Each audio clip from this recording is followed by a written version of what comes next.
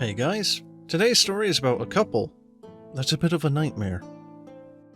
This is just but one of several horror stories that I've had with a specific couple, and this couple were the only people who were playing D&D in the area at the time, so I had to endure their crap for a little while. To start off, they were both glory hogs who thought they were better than they actually were. His version of RP was as dry as sandpaper, and she was that guy to the 9th degree. Even going so far as stealing other player ideas and claiming them as her own. And it was bad enough to push out some other friends who were actually good players. But without further ado, let's get on to the story. I had recently broken my ankle playing football, so I spent a lot of time stuck at home, so I needed a reason to get outside for a few hours. And the couple said that they could pick me up since it was on the way, so I accepted as we went to another friend who was hosting, but he was DMing, as this will explain future events. This is one of the few times I played 4E, just to set the scene. And being as I didn't know the system well, they offered one of their characters. And since the group was small, they played 2 characters simultaneously to round out the party numbers. And this is where it starts. As I'm reading the player sheet, they're explaining the character to me, and I learned that I'm an altruistic cleric who gives away everything, and is homosexual. And being that no one in the group was of this orientation, I found it strange that they would make them this way due to their group size and emphasis. Specific detail. And unlike other editions, 4E clerics couldn't change their spells daily, as they were now considered powers. Not to mention that they were also all healing based. So I was just brought in to be a poor, powerless healbot with no combat ability at all.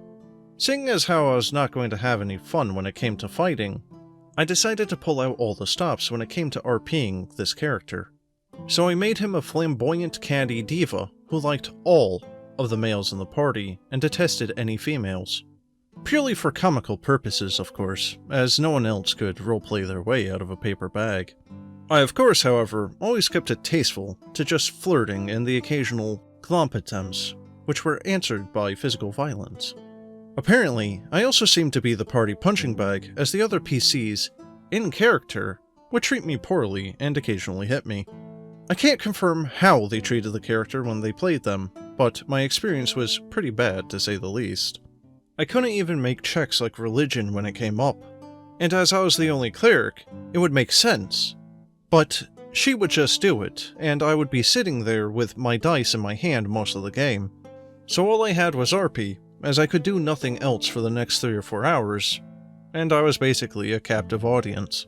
I was not having fun at all, as everyone else was getting to use cool abilities and kill monsters, while all I did was heal, heal, heal, and heal.